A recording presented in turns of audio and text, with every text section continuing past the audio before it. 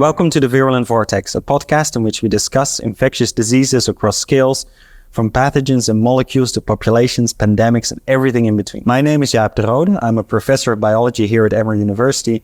Today I am joined by Gonzalo Vazquez, who is a professor of environmental sciences, also here at Emory. Gonzalo, welcome to the show. Thank you for inviting me. So Gonzalo, you study a lot of different diseases, but what I would like to discuss with you today is the diseases that are vectored by Aedes mosquitoes, because I think you do a lot of your work on that. So tell us a little bit about that program. Yeah, sure. Now, this is a divided world, right? People cannot agree on politics or many things, but there's one thing everybody agrees. People hate mosquitoes, right? They're not only a nuisance, they bite you, they annoy you, but in specific areas, they can actually carry pathogens, viruses, or parasites. So those are called vectors of disease. That's how mosquitoes are called. So my research centers in understanding the basic biology, ecology of the mosquitoes, but scale that information from the individual mosquitoes to populations. How is that mosquitoes interact with people and eventually transmit pathogens? With a twist or interesting insight of using that information to improve public health and control interventions. Right. Okay, so and you study a lot of your, you study these mosquitoes. A lot of your work is focused on areas in Mexico, where you, like you said, you go from individual mosquitoes to populations and trying to use that to improve public health. Yeah. So talk us through that project and what you're doing, what you're learning, and how you're implementing the findings of that to make lives better for the people there. So everything started over 10 years ago, and we were basically trying to understand something very basic, which is what do mosquitoes do during the day? How much do they fly? How much do they rest? And where they rest? And what we found is most of the time, actually, mosquitoes are not flying. They only fly when they need something specific, like feeding on a human, for instance. And if they don't fly, they rest. So we found that basically the Aedes aegypti mosquito, which is the primary vector of dengue and other tropical diseases like Zika and chikungunya, this species particularly rests in low areas, below 1 meter, right? And that led us to try to quantify why they do that. Why a mosquito, if they can fly all over a house, from bottom to top, they particularly prioritize areas low, right? It could be they avoid predators.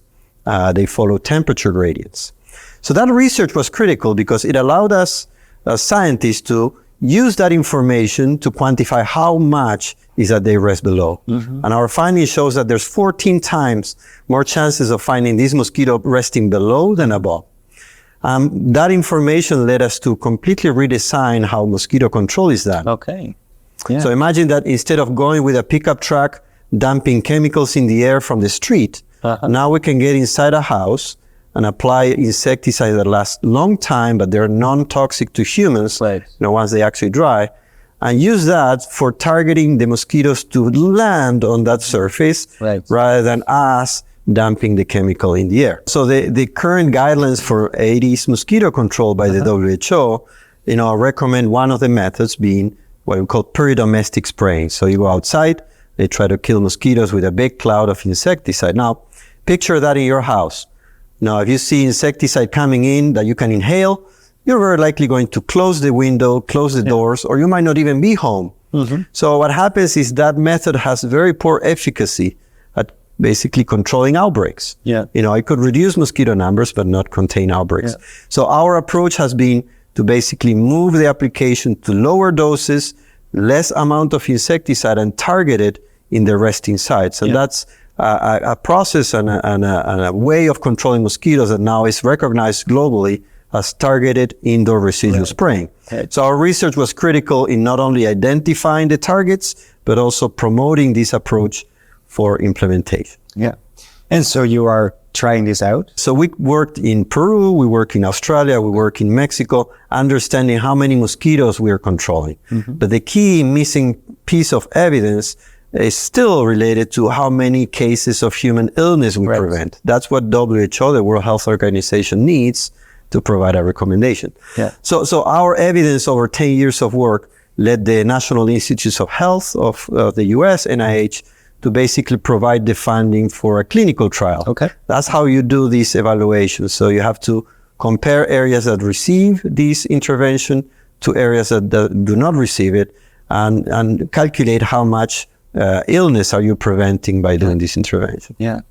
And so you are doing that clinical trial right now. Do you have any initial findings to share with us? Yes. Unfortunately, because of the rules of NIH, the trial is ongoing and is expected to end in December. Okay. So until then, we are not, I even myself do not know the results. We're blinded to the results until the analysis is done. Okay. But what I can tell you is that based on hearing people and our prior studies, this method basically can reduce for 6 months about 70% the number of mosquitoes in a house.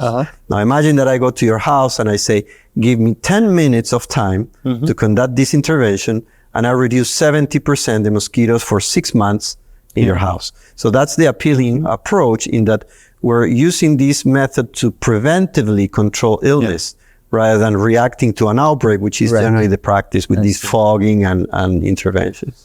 But I imagine that and just for the sake of our viewers, this interview is happening in September, so we're a few months away from you finding out whether this, how well it worked. Yes. But I imagine that even those 10 minutes going inside a house and spraying that is a lot more expensive than sending a truck through the street that just spews these insecticides. Actually, we did the math and we published it, and it's not. It's as expensive. Really? The difference is the truck has a transient effect, and you require multiple rounds of application, which also has a big impact on pollinators and what we call non-target species. Yeah. So the balance here is in endemic areas that are prone to outbreaks year-round. Why waiting until the cases show up? So when you do the math of personnel and coverage, it actually can cover quite a bit.